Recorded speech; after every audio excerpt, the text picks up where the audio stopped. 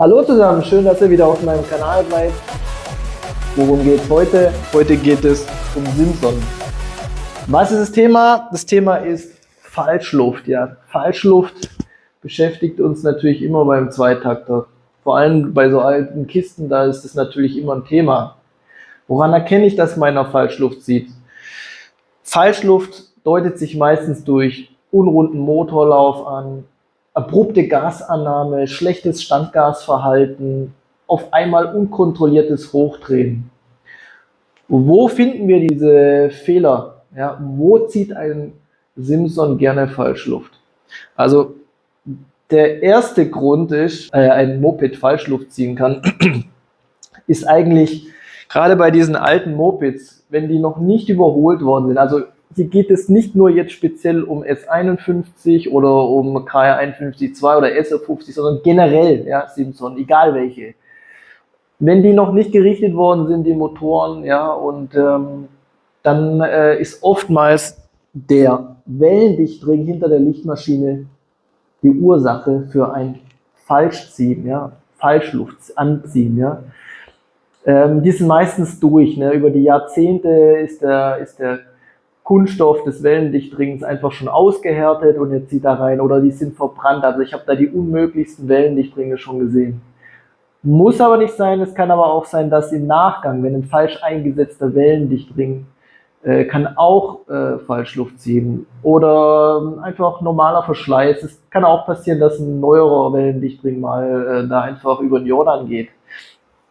Also hier bei Falschluft immer mal hier gucken hinter die Lichtmaschine, hinter die Grundplatte. Die älteren Motoren haben die Wellendichtringe von innen gesetzt, ja. Da kannst du nicht so einfach ran. Da musst du den Motor oft auseinandernehmen, wenn du da an die Wellendichtringe gehst. Aber wie lokalisiert man sowas, ja? Also du kannst natürlich hier mit Bremsenreiniger ransprühen, ja, dann müsste der Motor relativ schnell reagieren, vor allem im warmen Zustand reagiert er da recht schnell drauf. Pass natürlich auf, wenn du eine Unterbrecherzündanlage hast, da gibt es immer kleinere Funken, wenn du da raufballerst mit Bremsenreiniger, kann natürlich auch nicht so schön sein, da kann vielleicht mal ein kurzes Flämmchen geben oder so. Sonst, wo hat er noch Falschluft ziehen? Ja, dann hast du natürlich ganz klar, ja, wenn du hier einen Verzug an deinem Vergaserflansch hast, wenn du den Vergaser, wenn die schon alt sind, ja, wenn die da schon angeballert worden sind, die sind mit den 10 Mütterchen, dann verzieht dir halt auch gerne dieser Vergaserflansch, der wird krumm. Ja, dann kann der hier Falschluft reinziehen. Wo kann er noch Falschluft ziehen? Gerne auch hier unterhalb des Zylinderkopfes. Ne? Das kannst du daran erkennen, wenn der unten nass ist. Also, ich habe hier mal zum Anschauen einen Zylinderkopf. Ja, so sieht der aus, kennt ihr ja bestimmt. Wenn die hier unten irgendwo nass sind, nasse Stellen haben oder es da raustropft vom Zylinderkopf her, ist meistens irgendwo eine Undichtigkeit.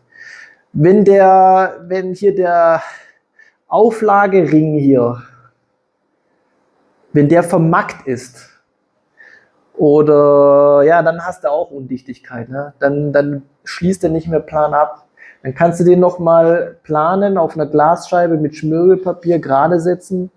Teilweise gibt es sogar auch Dichtungen drunter, aber dann musst du halt natürlich eventuell mit der bisschen Leistungseinbuße rechnen. Aber wenn du jetzt hier den Brennraum dadurch gewissermaßen erhöhst, ja, dann hast du natürlich gewissermaßen vielleicht einen kleineren Leistungsverlust. Und dann hast du auch hier die Möglichkeit an der Zündkerze, das habe ich auch schon gehabt, ne? An der Zündkerze, wenn du vergisst, den Dichtring, bei einer alten Kerze zum Beispiel, unten den Dichtring reinzumachen, kann er dir reinziehen, wenn das Gewinde schon ein bisschen ausgenudelt ist oder so. Oder wenn du schon Zündkerzen drin hattest und irgendwie mal ein Steinchen oder was mit durchs Festziehen der Zündkerze mit reingedrückt hast, ja, an die Dichtfläche, kann er da auch reinziehen. Das sind so mal Zylinderkopfspezifische Fehler, wo du da hast. Dann natürlich hier am Flansch, habe ich schon gesagt, Vergaserflansch an der Dichtungen, ja, dann kann auch am Zylinderfuß unten, wenn er da undicht ist, da kann er dir auch reinziehen.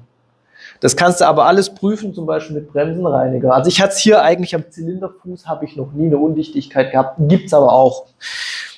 dann am Originalvergaser oben, ja, da gehört ja eigentlich eine Kappe drauf. Also eine Gummikappe sollte man auch drauf machen, dass kein Wasser oben am Zug runterläuft in den Vergaser rein, weil dann hast du auch nachher ein Problem. Da kann er reinziehen, vor allen Dingen, wenn der Vergaser schon alt ist, ja, dann kann es am Kolben, am Vergaserkolben, am Schieber, kannst da auch an der Seite reinziehen und dann kriegst du den nicht richtig abgestimmt, den Vergaser. Das sind so kleine Undichtigkeiten, die du auch am Vergaser haben kannst. Ja, was hast du sonst so? Ich denke mal, das sind so meistens so die gängigsten Stellen. Ja, du kannst natürlich auch am Gehäuse irgendwo haben, wenn du da irgendwie einen Riss drin hast oder falsch abgedichtet hast oder irgendwie, kann auch sein, hatte ich aber noch nie.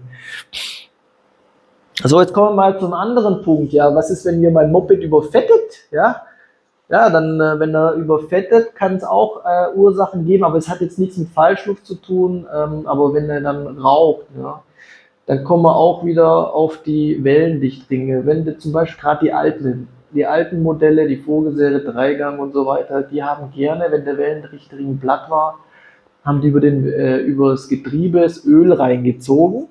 Dann haben die geraucht, was Zeug hält. Ne? Dann sind die da gnadenlos überfettet, dann sind sie auch nicht gescheit gelaufen.